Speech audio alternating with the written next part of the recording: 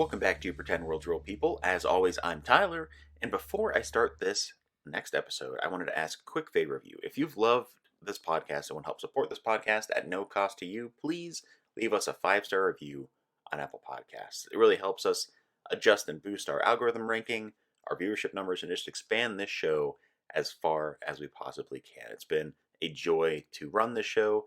I'm just seeing where else we could take it because I have a lot of plans for the summer. So if you wouldn't mind doing that, I will be your best friend forever. All right, moving on from that, I have to tell all of you a really fun and surreal experience I had this last week. I had an audition slash casting for let's call it a healthcare type business. It was at another agency here in Denver, and it involved, certain people, mainly the men, to be shirtless because they were going to show your body if you were cast in this commercial. So I go in, and I'm not a model by any means. I haven't considered myself a model. I can't even eat around models, much less like take my shirt off and act like I'm Joe Sexy over here. So I have to tell you how this went because I showed up super early to the casting. Within 5 minutes, everybody else was there because we all want to get in, get out, and get on with our Friday afternoon. So I get there, and automatically everybody else is so beautiful as human beings. Like everyone's sculpted and super toned, and I'm this ethnically ambiguous bruiser who's sitting there going, "Oh, I guess I'll take my shirt off. I'll figure it out." Once they are ready, they're running a little bit behind. They get everything started. The photographer says, "All right, whoever wants to come up first, let's get this going." Nobody raised their hands. None of the professional models raised their hands. And when I saw this, I thought, okay, well, I don't want to be here that much longer. So my hand just kind of darts up. They were super happy to get everything started. I was kind of nervous to walk up. I stand in front of their white background. We get all of the photos going, shirtless photos, things like that. But I'll be damned if I did not have a ton of fun with all of these people. Even if I didn't get the job, which, I don't know, I don't think I did. I don't think I'm the right pick for it. I hope I showed them that I'm not, as we say on the show, nobody likes an actor or model seeking desperation. I just love the experience. They're like, how long have you been modeling for? On and off for 10 years, but mainly, I'm holding fast food or something. So, sorry, quick anecdote. I just had to tell you all about that. It was a lot of fun. Hey, if I was cast in it, I'll let you know probably by the next episode. So we'll see. Now, outside of that, let's get to why you're really here. You are here because you are huge fans of The Last of Us. You are huge fans of the Arkham series video games. You're huge fans of Batman: The Long Halloween. Or you're huge fans of Uncharted 4. Because we are sitting down today and we are having a very sort of stream of consciousness interview with Troy Baker, this really amazing voice actor and musician. This is not our standard format because once we started the recording, we had about an hour together, and he asked me after we had introductions, like, "Hey, are you recording?" I said, "No." He told me, "Well, you might want to record just in case," because he's so well spoken and his thoughts are so succinct that it'd be a shame to just miss out on anything that could have happened. So we started this episode more informal than our already informal structure, and I had a lot of fun. I learned a lot from him.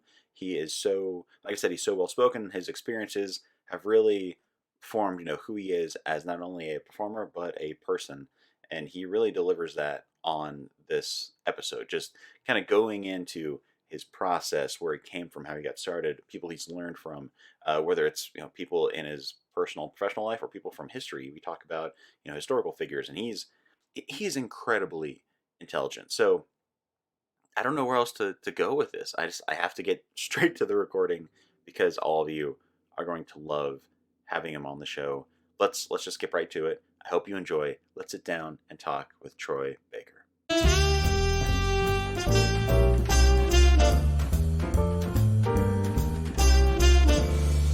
Just in case. Who knows? This is what I've learned with doing stuff with Austin Wintry. We do that podcast. You got to hear this, and our podcast that we do with a lot of Pierce and Mike Bithell and Austin. It's just kind of one of those things, like when we stop recording, either before or after, it's like, man, I wish we had recorded that. And then there's also other times where it's like, I'm really glad we didn't record that. We could I end each other's careers, basically. That podcast, both of those podcasts are nothing basically but just blackmail fodder for whenever we decide to not be friends anymore. It's like, we'll end you. Yeah, I have all Um, of this footage on a hard all of it. drive just for All of the this. footage. That's kind of my life. If most people had seen the behind the scenes stuff for Uncharted 4, Oh God, seriously? It has to be yeah, I guess it's all somewhere the though, right? between takes. Oh, I hope not. I hope those cameras that shot the behind the scenes were burned and buried, and the people who operated them were like did the Men in Men in Black thing where it's like you're just looking at this You red just light wiped. thing. Tommy Lee Jones does that. Um, anyway, we're off and running. Yeah, we I are, man. feel it's a weird thing because it's noon for me, Yeah. but it feels weird to not do like a podcast or have a conversation without a cup of coffee. But I'm at the point in my Oh, life where I'm dude. like, am I going to regret this? No. As far as like your energy levels, like, or just Yeah, like I mean, just stuff like coming out of nowhere. I've done really well about I was bad about like I would do copious amounts of coffee and that would be the first thing that would do when I woke up.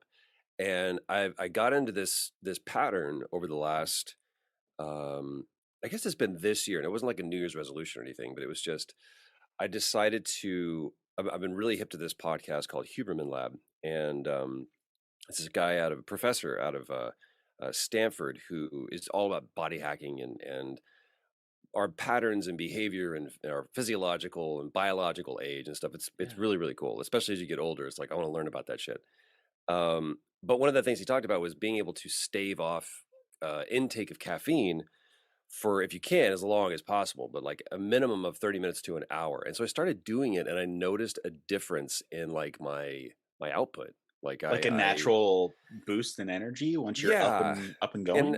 I smoked for 25 years, and Oh I wow. remember the anyone who smokes or anyone especially who quit the fear of like what happens like my worst nightmare was like being like Tom Hanks in Castaway and like the day that you open up that last pack of cigarettes you're like oh man Oh tomorrow's going to be shit. a bad day.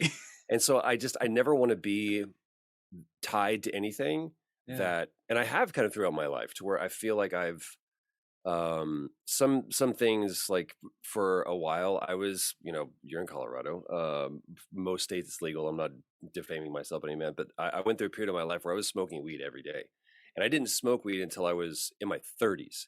But it Oh became really? like yeah like it was the weirdest thing. It Oh. was I was with some people and I think I was like probably 35 or 36 and it was just a good hang with some good friends. And one of my friends looked at me and says, dude, tonight is the night. I went, I don't know. Man, he goes, no, tonight's the night. And I got hyped for the first time. And it was cool. It was fun. It was terrifying. It was amazing. And it was everything that I didn't think it was going to be and everything that I thought it could be. And it was whatever. But I hit this point where I like being connoisseurs of stuff. Mm. Like I'll do this with hats. I'll do it with wine. I'll do it with bourbon. I'll do it with scotch, whatever. And so I was that same way with weed. And then I realized that there was I didn't remember the last day that I hadn't. And I would treat it as such. I was like, this is my nightcap. This is what I'm going to do to help me go to sleep. And then I realized that I started feeling I needed it to go to sleep. And so ever since I quit smoking and then I went from smoking to vaping and that was Oh just god. worse. Um, Yeah, that is and worse. it is. And if you're vaping, dude, or dudette, whatever, I was an apologist for it, and I can't tell you enough. Stop. I remember when I was a kid, like Yul Brynner, the guy that played King and I, and a bunch of other Yeah. stuff. He had a Westworld. yeah. Well, no, he was dead by Westworld. Well, the original Westworld. Yeah, You're the right, right, original right. one. Sorry, I was like the No, no, HBO you're show. good. Like that was a time before HBO. He had this advert that went out on TV, and it was just very simple. He was right before he died. He says, "Don't smoke." And that's all he said. And so I know what it's like to give up something, and so ever since I did that, I'll do just random break checks where I'm like, "Who's got who by the tail here?" And so I just stopped smoking weed. I was like, "Yeah, I don't think I want to do this." And so now I'm kind of like doing that in random parts of my life where I like patterns. I wake up in the Yeah. morning and I do these three things. I kind of messed up my back, and so every morning I do these like basic movements to kind of help my body get moving. And then I sit down and I read Meditations by Marcus Aurelius, which I've read. This will be my second go through. If you haven't read it, I strongly recommend it. It's Oh, hell yeah. 487 entries, written by what is regarded as the greatest Roman emperor, if not one of the greatest leaders of all time. And it's written to the last 5 years of his life. And here's the king of the world. The guy has all the resources available to him. You liked how we just jumped straight into this, guys? He has all the resources. He has It's the all the best. money. He has all the power, all of the wealth, all of the. He's king of the world. And every morning or every night, he gets up and he writes to himself. Never meant to be published. Never meant to be read by anybody else. But it's just basically each entry is this short, sometimes one line or a paragraph of him just going, "You have got to get your shit together."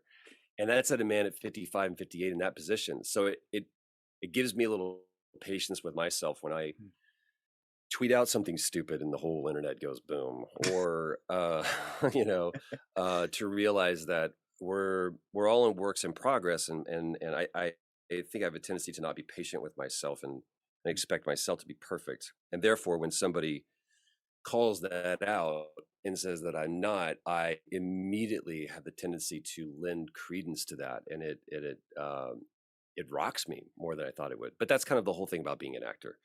But what a wonderful preamble to begin this conversation. I have no idea. You have like a whole list of conversations. Like, Jesus, I'm just throwing all those out. No, We've talked no, about weed and Marcus Aurelius and coffee, so we're off to a great start. this show is built off of being very informal. It's an actor who's been Cool. doing it for 10 years, talking to, you know, writers, actors, producers who've been doing it for much longer, have had, you know, measured amounts of success depending on who I'm talking to. And it's Yeah, just a conversation. Like you said, man, you have coffee. I had my coffee already, right but on. I have my water. So it's Wait, an so you open had your floor coffee, a conversation. coffee? So it's like you had one for the day? Is that kind of where you're at in your Yeah, life right now? I can't do more Same. than one coffee a day. I used to. So like when I was like full-time student personal training, I had multiple coffees throughout the day. Yeah, And now, you know, I'm like a week into another intermittent fasting regimen. So I'm trying to stick away from caffeine same. too early. So with brunch and my first meal, I'm just like, okay, I'll have a small cup of coffee Yeah, and then maybe tea. yeah. But yeah, I can't do it, man. I've I noticed, like you're feel talking about weird. getting older. Yeah, it's just it How old are makes you you? jittery. I'm turning 30 in May. Oh, bro, your 30s is gonna be awesome. If my and I say this often, so people probably heard me say it, but if I knew that my 30s were gonna be as cool as they were, I would have skipped my 20s. But obviously you can't. You need to. You need that experience. You need that time to, and you're like, my 20s were all about who am I, and my 30s were all about figuring out. Okay, I think I know who I am. Mm. Now, what do I want? And then your 40s are go and get it. Um, so I have no idea what my 50s will look like, but my 40s have been awesome. It's I like getting older, and I feel like when I hit 40, I was in one of the worst states of health that I'd ever been in. I literally thought, and no exaggeration, I thought that I was dying Really? and like getting my affairs in order kind of thing. And it turned out that I just had this weird bug, and went to a nutritionist, and that kind of set me on the path of getting healthy. And I kind of adopted this creed of like, I'm going to be fittest in my 40s. And I am like, I changed the way that I ate. I changed the way that I slept. I changed the way that I worked out. Before, it was all about, I went from being super, super skinny and getting picked on, you know, all growing up and not athletic at all, to I'm gonna go bro. And there's some pictures of me like at the peak of it where it's like, did you get stung by a bee? Because you don't look like, you know, muscle bound. You just look like somebody you're allergic to something. And so I was kind of figuring myself out now, and now everything that I do, I train almost every day.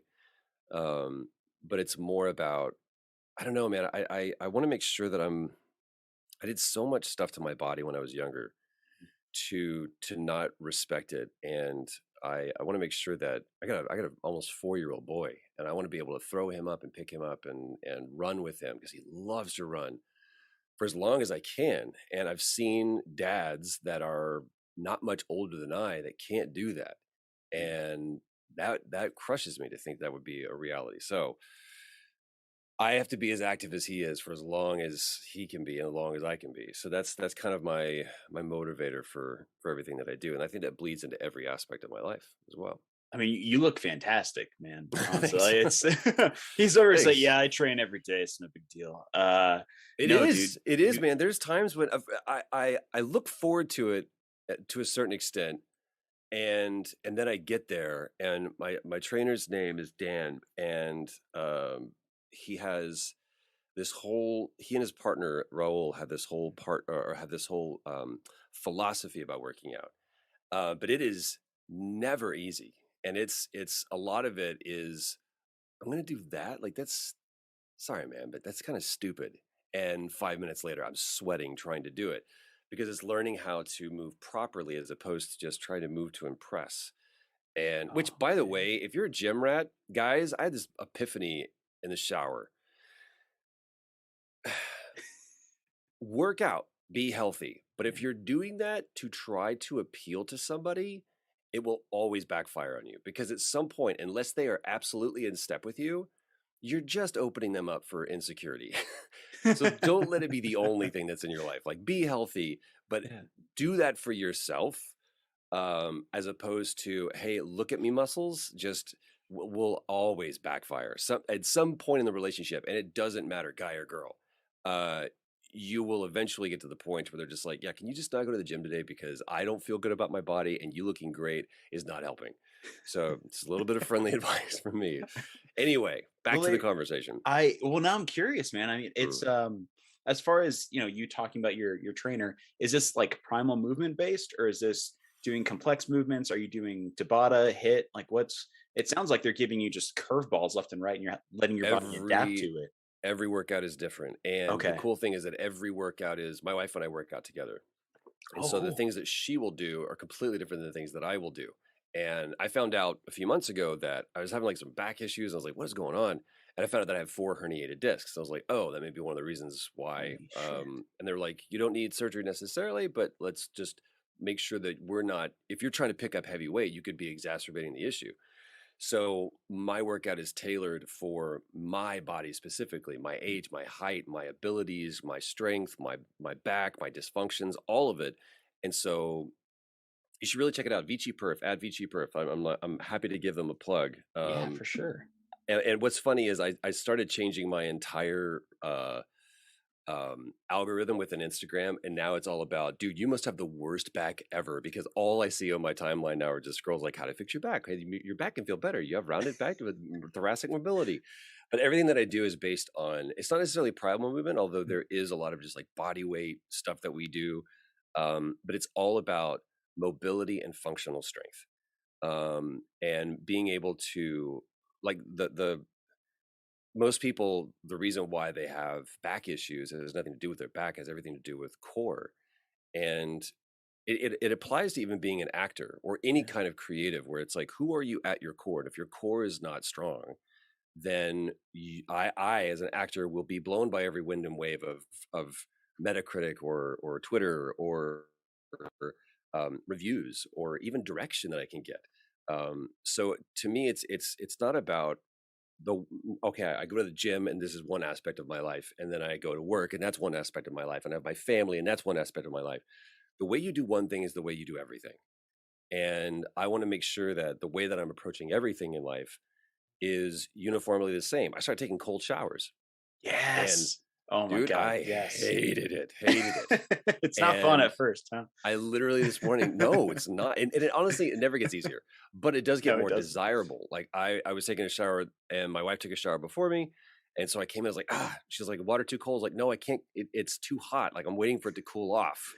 Um, and look it up. There's great science behind, taking a cold shower, but I laughed about it for the longest time and made fun of it. And I was like, that's the stupidest thing. And then I actually saw the results of it for myself, and also just there's data to support the fact that it's really beneficial. I don't get sick, knock on wood. I feel like my body functions better, Yeah. my mind functions better. But yeah, there's all of these things where I'm trying to be holistic about the way that I approach that, and that bleeds into work. It bleeds into I've been going kind of nonstop for the last 6 months, really, since October. My last kind of lull was September, and I went from shoot to shoot to shoot, and those were in varying time zones. Oh So I man. went from shooting in LA to shooting in London to shooting in Europe, and then I kind of flying back and forth in between. Um, it just I'm grateful, but it's also it's been a real struggle for me to kind of focus on boundaries. And the hardest thing for me to do, and I can't remember who the quote is attributed to, but one of the most of the problems of mankind arise from the inability to sit in a quiet room alone. And the benefit of just being able to, like, it's hard for me, man. I went outside yesterday with this beautiful weather here in LA, and we've got a wonderful backyard that we're working very hard to maintain and make a kind of little paradise for ourselves. And I sat outside, no phone, no book, no anything, just sat outside and just did nothing. And I could do that for about 5 minutes. I was like, do, and that to me is just as hard as like going to the gym and seeing how much I can deadlift, because it's about how can my mind just be still? Can my mind have nothing to do and that be okay? And that's a real big challenge for me. I mean, do you have another way of almost making that a priority outside of sitting in the backyard? Is there a way for you to meditate and not do anything for a little bit later in the day, or do you still find that so? Because I can't even imagine doing that. That sounds horrible to me. I do. I know. What a torturous thing to sit in a I can't just sit beautiful and not do backyard. anything. It is. I mean, I start in the morning, and that's one of the reasons why the cold shower is like purposefully making myself uncomfortable, so that I realize that I'm a willing participant in everything that I'm doing. Nothing is happening to me. Um, Epictetus was one who said that basically you can divide everything between two columns: things that are in your control and things that are outside of your control. And the only two things that are inside of your control are your thoughts and your reactions. Um, my Everything else is outside of my control. So if I could just focus on this first column, that's a full-time job for me. Like me just trying to wrangle my thoughts and look at them without any judgment and just go, oh, okay, I'm thinking about this right now, or I'm feeling this way. What is my response to that? Am I going to freak out and complain about it? Am I going to say that I've started decatastrophizing my language? There's a friend of mine who's a great author named and I say that with my brain being able to work great. Don Robertson, looking at his book right here. Sorry, Don. Donald Robertson wrote a book called How to Think Like a Roman Emperor. And my buddy, Jacksepticeye, turned me onto this book after I've been reading Marcus Aurelius. And it just gave all of this context to being able to understand a different way of thinking. But for me, applying kind of some of those tenements of Stoicism or stillness has benefited me. It's hard for me to get my mind to just stop and not buzz for a little while. I got distracted by. I was thinking whatever the quote from Don Robertson was. Man, sorry about. He did this. I can't show it to you because it's not out yet. But he did this graphic novel about Marcus Aurelius, and he sent me an advanced copy of it, and I can't wait to dive into it. And so I wanted to bring him up, and then I just looked over the book and I was like, what was I talking about? when is that coming out? I think he's looking at it coming out in June, but he's worked June, okay. like the last 3 years on this. Oh, wow.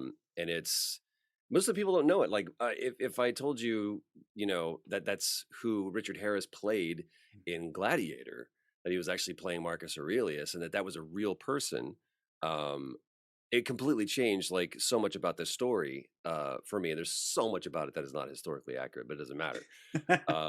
But I do believe in observing and studying history so that I can better understand kind of like where we're at. And the more that I look at it, decatastrophizing my language, that's what it was. He talks about that, being able to say, it's almost impossible to complain without using hyperbole. Because if you are complaining, you probably have to make it sound way worse than it actually was. as opposed to traffic was, normal. There were a lot of cars on the road. As traffic was a nightmare. Yeah, there we go. I was devastated to find out they didn't have any donuts. And it's like, man, I don't want that to be, and it has nothing to do with like teaching other people how to say this or correcting people. It's just for me, I noticed that if I started using words like that was a nightmare, I was miserable, that was devastated. Um, I found myself like feeling more bogged down and bothered by shit that was going on in the world.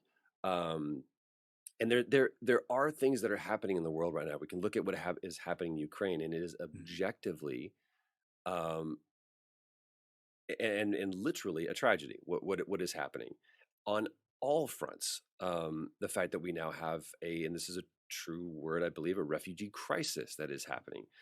We have an invading force that is attacking a peaceful people without cause. We have people that have lost their lives on both sides, and people that are fighting for um, this mission that they both believe are right. And there's a tragedy and all of that. I can look at that and go tragedy, but if I allow myself to go, the world is going to hell in a handbasket, or it is just the world is upside down, or I will start believing that as my narrative. And people have heard me say this all the time.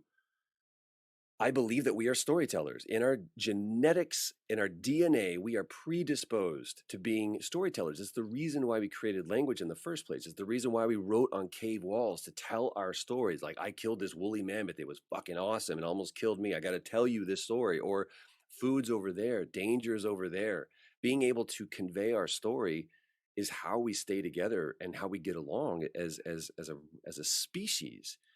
And so I feel I've developed that over, from Dionysus on. Like we created theater to do that. We created oral traditions. We created music. We created paintings to just find a way to better tell our story.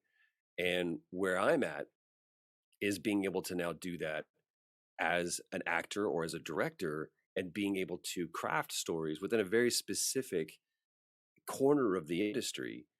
But if I come in and I allow myself to be a bad storyteller, and my stories are filled with catastrophic language of how miserable I am because of traffic, or because I had to wait 30 extra seconds because someone at Starbucks was having a bad day and took a little bit longer getting my coffee.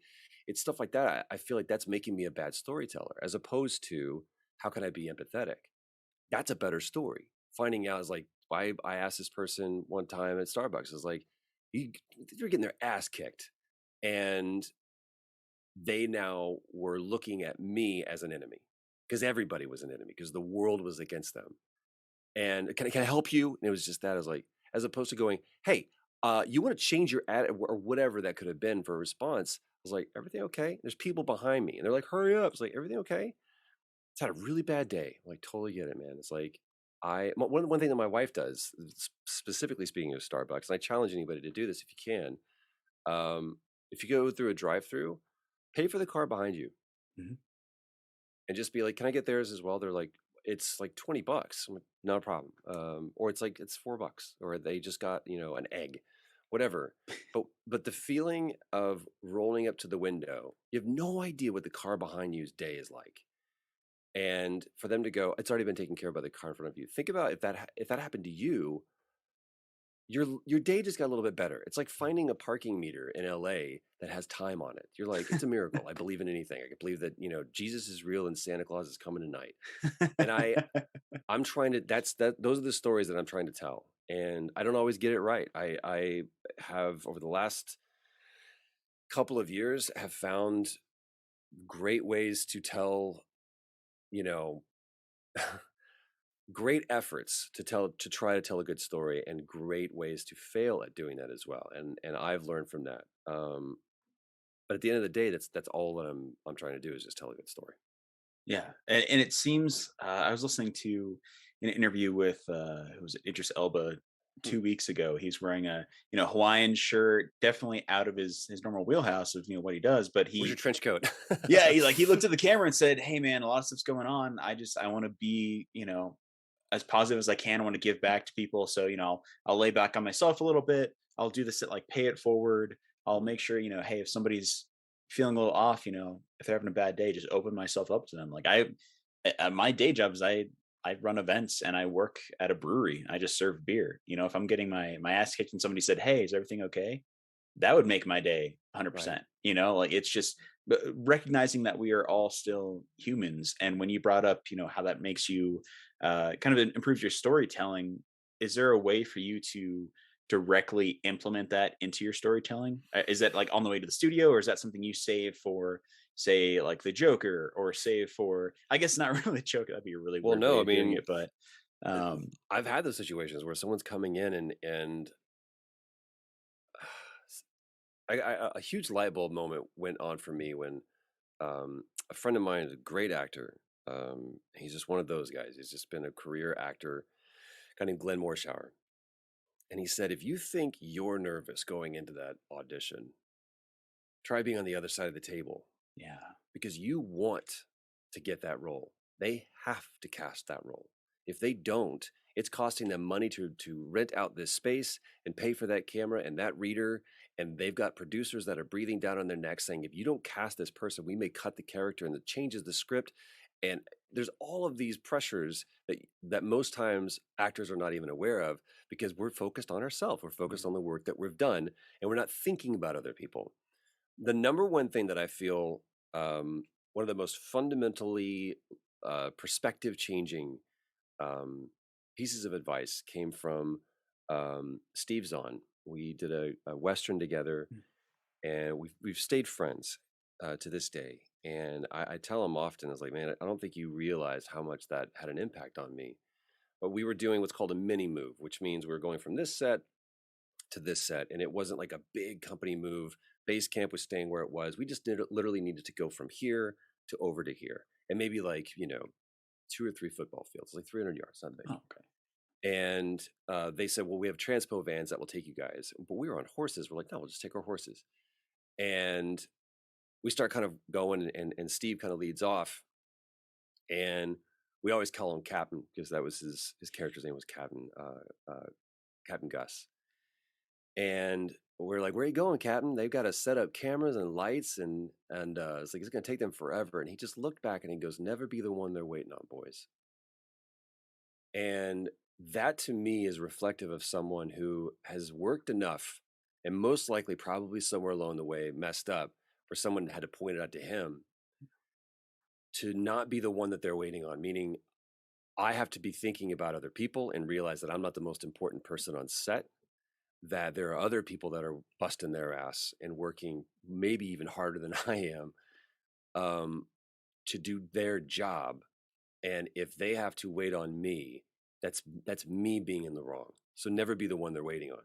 And that applies to not going on a big, Western, but also just going down to the booth, or even stepping into my booth and, doing a podcast or doing a session or whatever. The thing that I realized that I had done is that I had made a habitual pattern and therefore a character trait about being late, so much so that people would joke about it and say he's on Baker time. Oh wow. And what I would do is I would come in, and most of the time it had nothing to do with, no aliens had invaded. I just got out of bed late, or I was dragging ass getting ready or whatever, and I just showed up late. But I can't just go, oh yeah, I was just late. I just didn't care about being here on time. I had to create a story. Oh my, did you guys not, you didn't see the 15 ambulances? Oh, I need a moment. That shook me. Like, well, I can't believe what just happened. And I am devastated. No. Just so that they would go, it's okay. So I put the onus on them to make me the one who's okay and in the clear. And so I would come in and go, I am so sorry. I am so sorry, guys. Because with the story that I tell, and if I say I'm so sorry, your line better be, it's okay. Otherwise, what an asshole to not forgive them. They stuck in traffic for an hour and a half to get here. Oh, it's okay. We're totally fine. Oh, thank you guys so. Oh, just so. Do you need anything? No, I'm fine. Just want to get to work. I'm so sorry. I was creating this whole false narrative. So now, I don't apologize for being late. You just walk in and say, "All right, I'm here." Number one, I'm not late. But if I am, there better be a reason, but it doesn't matter what the reason is. And I walk in and I go, thank you so much for your patience. I really appreciate your patience. Thank you guys. All about them, not about me. Because the second I go, I'm so sorry. I'm not pulling for them to let me off the hook.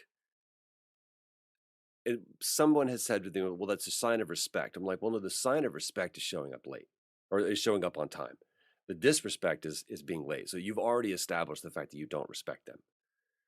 Well, I mean, traffic was terrible. This is the first time you've gone in traffic in Los Angeles? No, then it's probably you know what it's like and you give yourself time. So the number one thing that I did to shift was I started showing up early if I could. Get in. Hey, wow, we're not ready for you yet. Totally fine. I'm just going to grab a cup of coffee. And now with COVID, it's been a little bit weird because most studios are like, you can't come in here until we're done. We have a scheduled it's time. Like totally fine. And I'll sit on my phone. I started, 664 days ago, I started doing French on Duolingo. Oh, wow. And it's one of my morning things. And if I've got an extra 5 or 10 minutes, then I'll, get a little bit more XP. I'm a gamer. I love, I don't need to be in the top 10, but if I can that week, that'd be awesome. So everything that I'm doing is, and we haven't talked at all about really being on a set or being in a booth besides me telling one story about Steve Zahn. But all of the things that I'm talking about, cutting back on coffee, getting more sleep, working out, starting my day by reading Marcus Aurelius, not being late, those are all, I would say, the critical things that I can apply to me doing my job. Because whether I am directing or whether I'm acting, either way, I have a responsibility to the people that are there. And as far as like paying it forward, I like to make people laugh, especially if we're doing something that's really, really heavy. Because if everybody stays, and we've seen a lot of articles lately talk about this, where it's like the whole method. And there's a lot of books, I don't think I have them on me right now, Method or Madness. There's a bunch of books that talk about method acting. And I always think about the famous story with Laurence Olivier and Dustin Hoffman on Marathon Man, where Dustin Hoffman would run around the set while they were calling rolling. And so that when they were calling action, he's out of breath. And Laurence Olivier said, my dear boy, have you tried acting? And there's a job that I'm doing right now that it will probably be the most challenging thing that, at least to this point, I've ever done. Physically, mentally, it's stretching me in a really, really cool way. And I realized that I was hanging on a little too tight to it, that I was waking up and I was living it and breathing it and studying it and just trying to stay in it, not from a method perspective, but because I felt like that's what the role required. And on 1 week of the shooting, I kind of snapped. Like I had all of these external things that normally would have just rolled off really, really affected me. And it was the end of the day and it was a rehearsal, fortunately, but I showed my ass, man. It was not me at my best. And it wasn't like Christian Bale, which I could tell that story at another time, but it was definitely one of those things where it's like, Troy is not happy. And we repped, and the director pulled me off to the side and he was like, can we talk? And I said, yeah. And so we talked it out and I immediately apologized. For that, I will apologize for my behavior and realized where I need to make amends. And I apologized to everybody on the crew. And it wasn't as bad as I'm making it out. But for me, it was not in line with my principles. And I came in the next day and we had a great shoot. And it was awesome. And I realized that I'd been just kind of like maybe maybe just looking at this a little too under a microscope too much. And so I changed my pattern. And what I did was I changed my morning pattern, and I didn't wake up and do the same thing that I did as far as preparation. I just trusted that character was inside, and I knew the script, and I knew my dialogue, and I knew my blocking. And I was just going to trust. And I also had a great director that was going to help me. I had a great DP that would help me know where I needed to be for camera. So I didn't have to have all these things memorized. And the most important thing was at lunch, I would, instead of doing research or material or studying the script or whatever, I watched poker. And I went back through, and I used to love watching poker. So I went back through and started watching the old World Series of Poker starting from like 2003, where Chris Oh my Moneymaker God. won it, all the final tables. And that's what I would do for my lunch. I would just kind of go, I would throw on my iPad, and I would be like, let's watch some people, you know, go kings over aces, see what happens. And that 1 hour respite of just kind of unplugging. You asked about meditation earlier. That was it.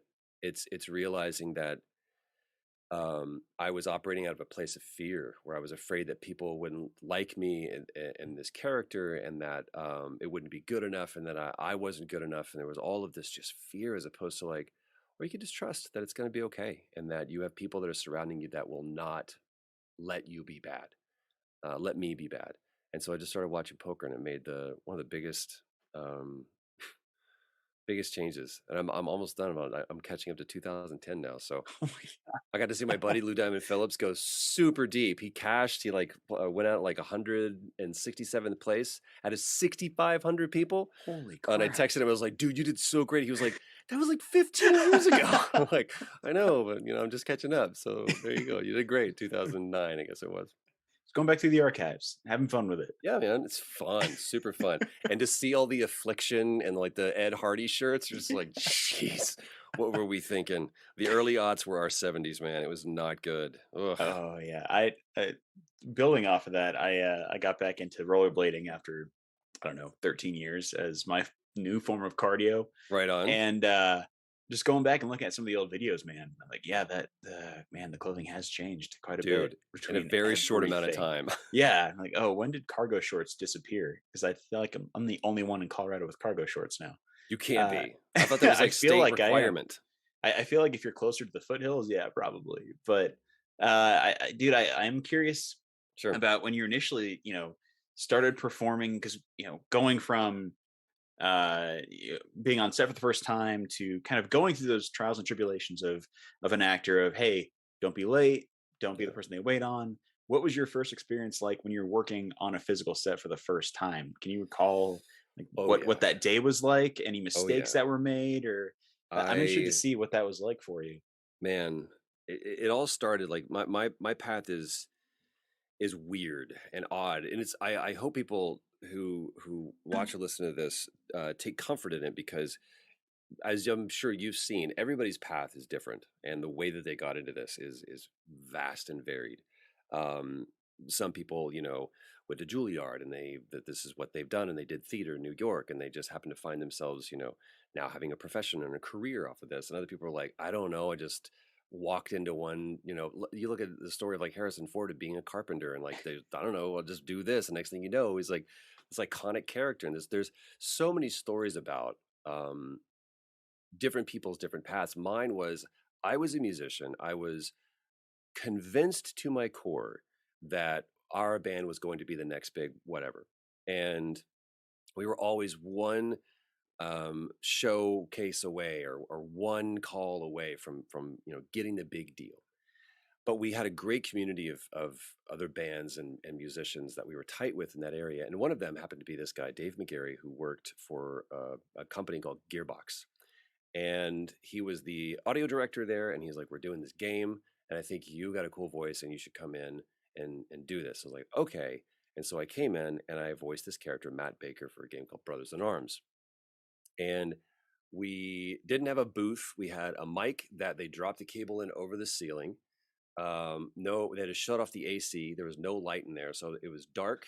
And I was doing my best to like read with like a little pen light to the script, and we just did this game. I guess that was Road to Hill 30. And next thing I know, they're doing a commercial with that, and they're like, we need to give you dollars for this. I'm like, I don't know how to negotiate that. So I was like, can anybody tell me where to get an agent? I had started working with Funimation and doing anime, and Chris Sabat was the one who brought me into that. And next thing I know, I'm getting an agent, and she's like, do you want to do any on camera stuff? I was like, I don't know. Does it pay? And she's like, yeah, go down to Houston. I had to drive 4.5 hours from Dallas to Houston to this, open cattle call. And I go into this bank building or whatever, and the character's name was Martin Hannell, and it was for an ABC pilot that never went to season, never even got picked up. I don't think they even aired it. Maybe they did. I don't know. But it was it was a truck driver. This guy. I was like, okay. And I walk in just looking like me. And then there's this dude that there's like so many people. There's like 15 people that are casting the entire thing. So it's like this variety and buffet of different characters. And this guy walks in, and I could tell what he had done. He was wearing a wife beater and coveralls. Oh, Jesus. And he had decided on the way in to just rub his hands on his tires and like, get them all dirty. I'm looking at him, and then the door bursts open, and this small but powerful woman steps out, and she was like, God damn it, Sarah, where's my lunch? I've been waiting for an hour and a half. I'm going to see all these people, haven't eaten. I can't fucking believe this. Who's next? And I was like, me. She goes, get in here. So I go in. She's like, God. She's like setting up the cameras. Like, can't believe this. She's like, all right, go. And I realized I had one shot at this. And so I just stared at her. She said, I said go. And she realized that I was in the scene. She's like, oh, tell me what you know, Martin. And I just went for it. We get to the scene, and she was like, okay, that was perfect. Can you stay for the producers? I'm like, yeah, sure. I can stay for, whatever. She goes, great. Don't do anything different. Do exactly what you did. Just do it for them.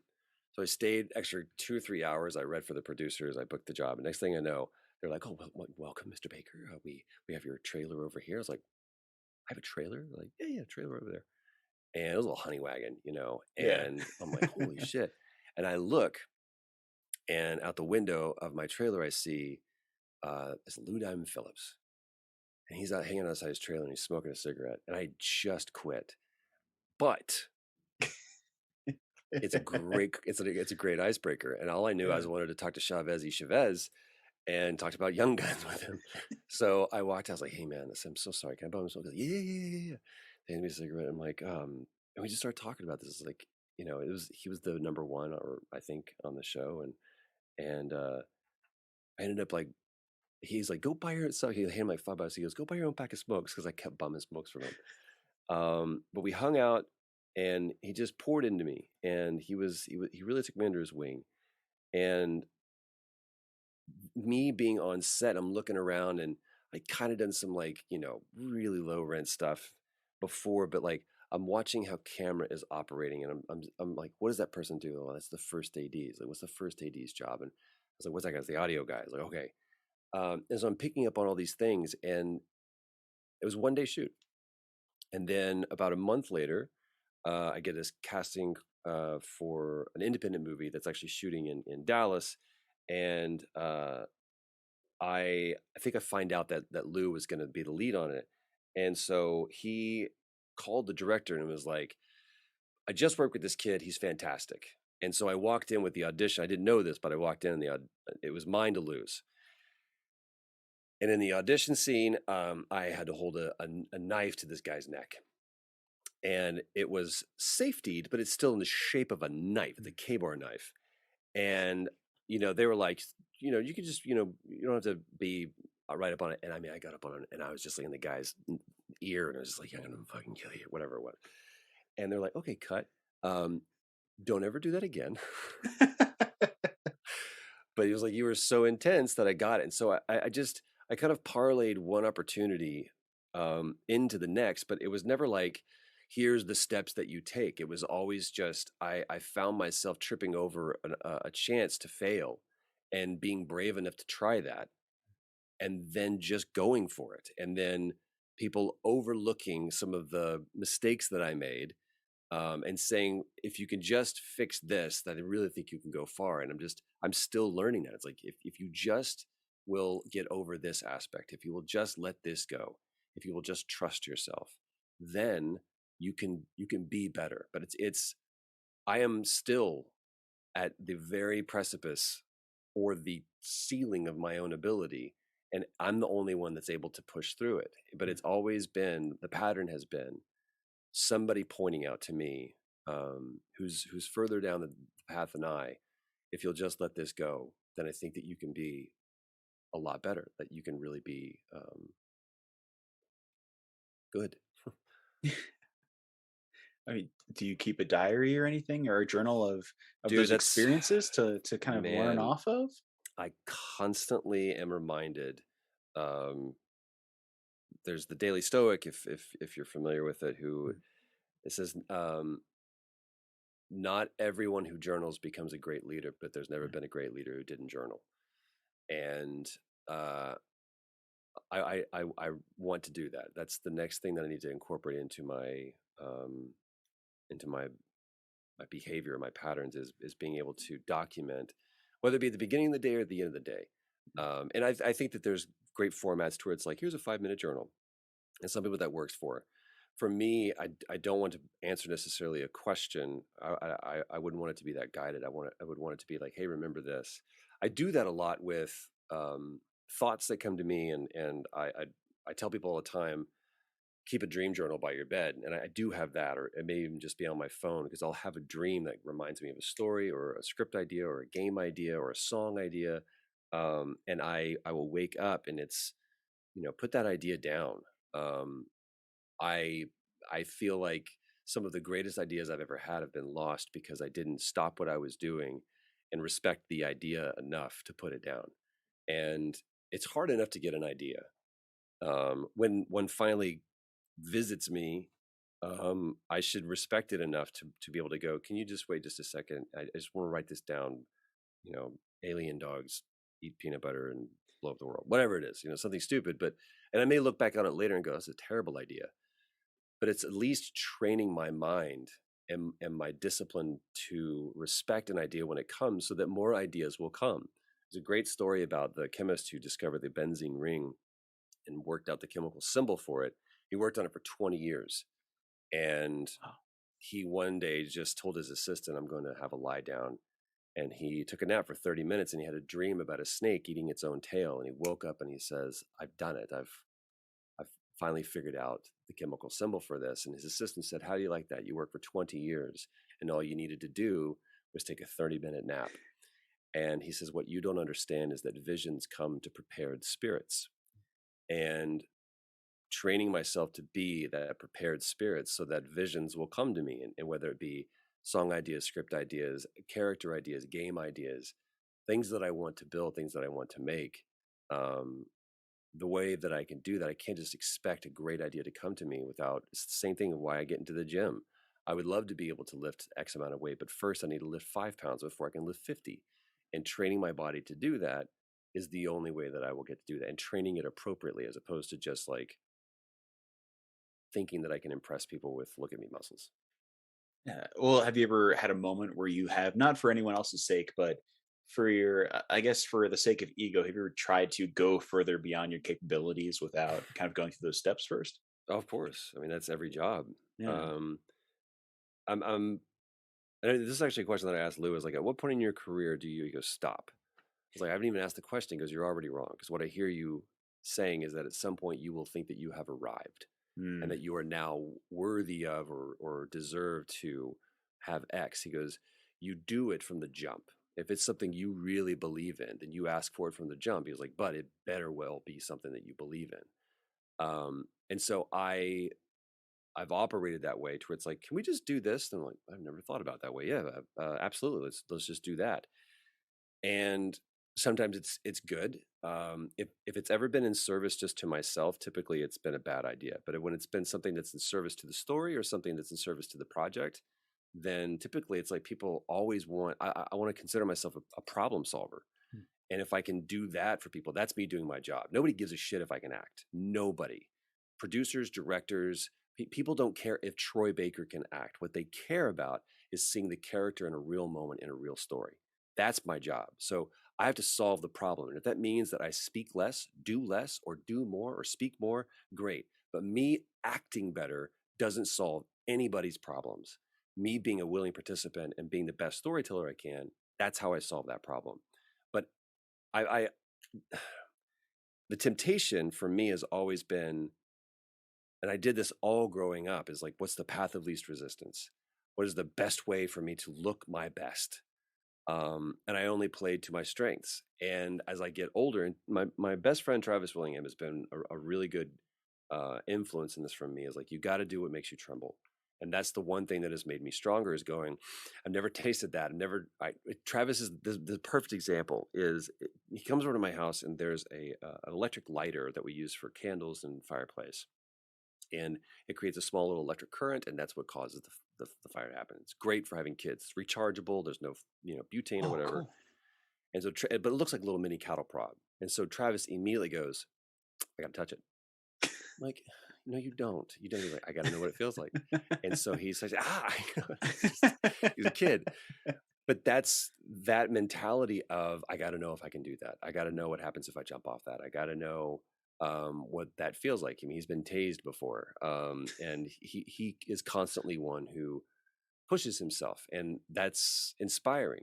And I feel that most people need to find those kind of friends in their life where if I am the smartest, most successful person in that room, I'm probably in the wrong room. I need to be. That's why I hang out with Austin Wintry. Austin Wintry is one of the most intelligent, driven people that I know, and he makes me want to learn. He makes me want to be more driven, and I feel stupid around him so many times because he's just so smart, and his wealth of knowledge is just so vast. And those are the people that I want to find myself around, so that they inspire me to not feel better about myself, but to challenge myself and be okay with, no, I don't know that. And that's one of the hardest things that was for me to learn, is to go, I don't know that. I've never seen that movie. No, I've never read that book. I have no idea who that was. Because we all love to be teachers. And for someone to go, oh my God, you've never seen Rocket Man? You have to see this movie. You've never seen Back to the Future? Holy shit, you have to see this movie. We all want to share in somebody's first. And so for me, being able to go submit myself to that and go, I've never seen that before, has been one of the best things for me to do.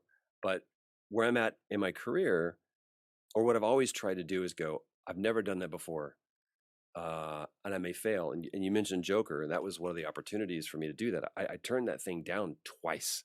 Really?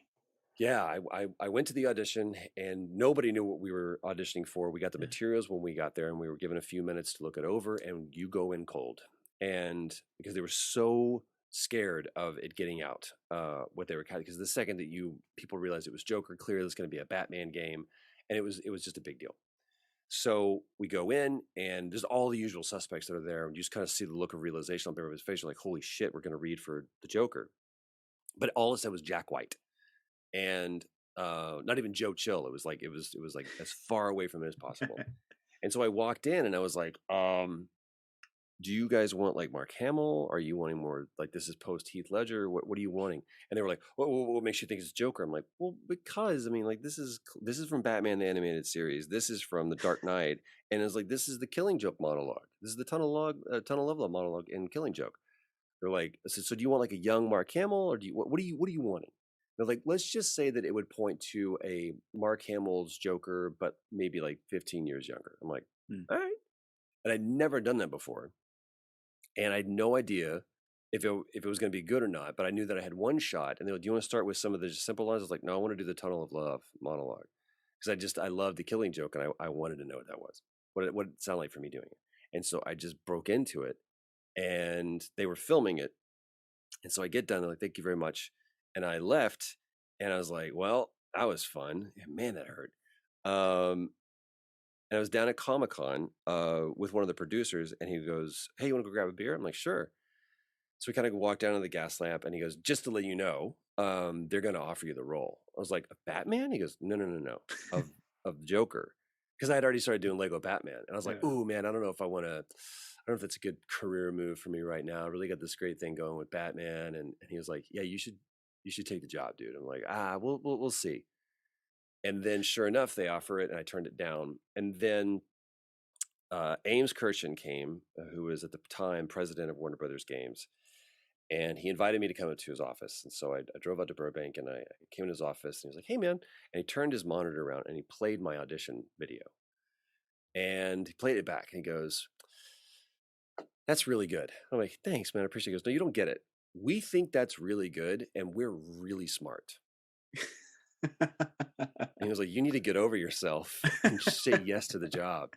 And I realized that I was being very fearful, because at that point, we had Last of Us that came out, we had Bioshock Infinite that came out.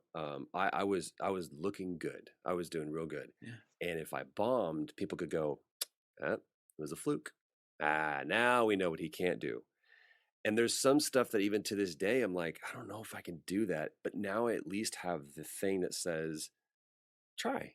And you're Yeah. also, there's 300 people at that studio that aren't going to let this be bad. Nobody wants it to be bad. It was going to go, see, this whole reason why we spent millions of dollars was to show you that Troy Baker's not as good as he thinks he is.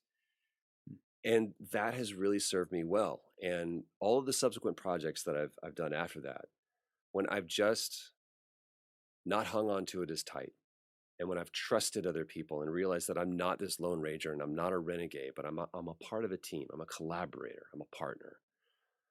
Those are when I end up having the most fun. And ultimately, those are when I do my best work. Has nothing to do with my abilities. Has everything to do with me being able to surrender myself and recognize the abilities of those around me. And sometimes that starts off with me just realizing that be on time and do my best to solve everyone's problem. And sometimes that's just by asking someone, how they're doing, or paying for someone's coffee behind me at Starbucks. I can't imagine another character being that almost monolithic as far as auditioning. But is there another character in the current zeitgeist that, if you had the audition for, you might have the same feeling about? Well, sure. I mean, I've told this story before too, and it's a wonderful story to end on as well. Yeah, yeah. Um, Shortly before that Joker audition, I was a huge fan of Naughty Dog games, and I got a call or an email from my agent. She said, "You've got an audition for this new character of this game that they're doing." And she was like, I'm sending you the sides right now." And I looked, and it was for this guy. He's older. I'm like, why would you put me up for this? I'm not right for this at all. But I go because it's Naughty Dog, and I want to get in front of them, and maybe I can get like a, secondary character or whatever, third character. And I walk into the building that was off to the side where they shot, what we ended up shooting Last of Us. It's the same at the time. It was the same studio where they did Wizard of Oz and just like all of these, such history. And I walk in and I look around the room, and sat in the chairs of the waiting room all the way around was just a different embodiment of the guy on the page. And I was just like, oh man. And I'm me. And I think I was wearing like an Affliction shirt. There was probably rhinestones like somewhere on my jeans. And it was very blingy. And I got filled with fear. And so I literally realized that I hadn't signed in yet. So I could leave now, and there's no record of me being there. And I literally reached back behind me to grab the door. And I turn and go like this, and I hear the casting director goes, "Oh, Troy, good, you're here." And I went, "Yep." She goes, "They're ready for you." And so I got ushered in, and I walked in, and all the way on the other side was Neil Druckmann, Bruce Straley, Gordon Hunt, and I think Josh Scher. I can't remember the other person that was there, maybe Ryan. And they walk me through the scene, and before I get to them, I see this girl. She's kind of pacing along the side, looks like a deer in headlights. And I said, hi, can I can I give you a hug? She just looked like she needed a hug. She says, yeah. So I gave her a hug. I was like, I'm Troy. She's like, I'm Ashley. And we go into the scene, and I found out later that Neil scratched my name off. And Gordon Hunt said, I want to go one more time. I just want to ask you a question. And he gave me some piece of advice. And he goes, great, let me see what you do with that. And so we go over for it again, and it just clicked. And they're like, okay, thank you very much. And I left. And I was like, I blew it. And I found out later that Neil had circled my name then. And he was like, that's it, we're done. But I came this close to, I mean, one of the reasons why I'm in front of you today. And one of the reasons why anybody knows who I am. And beyond the benefits to me, just that story, and anybody else could, and we're going to find out how well Pedro Pascal does. And I really believe he's going to do an incredible job. But that story would have been completely different. And more than anything, I wouldn't have been a part of it. And the stories that people have shared with me in the aftermath of that game coming out have truly been the most deeply impactful things for me. And I'm grateful to have been a part of people's stories in that way. But it all was this close to not ever happening just because I was afraid. And so it's probably the biggest piece of advice that I would give anybody else. And the same thing that Travis Willingham told me is just, you got to do what makes you tremble. And don't let fear be the reason why you don't do something. Because again, at the end of the day, if you get the job, there's a lot of people that are going to make sure that you don't look bad. You don't screw it up. They don't screw it up. That's fantastic, man. Thank you for sharing your time. I know we went a little bit overboard. All good. But I appreciate you sharing a good hour or so with the show. I have one more thing, please, and that's our awkward goodbye. If you wouldn't mind joining me with that. This for those listeners who don't know, this is just me doing a silent Wayne's World countdown, and when I point to you, just give me your best verbal awkward goodbye, and then we'll say goodbye. Dude, I'm all about it. All right, man. You ready? I'm ready. Okay. In. Oh, I'm sorry. I just more than anything, I think I wanted to just make sure that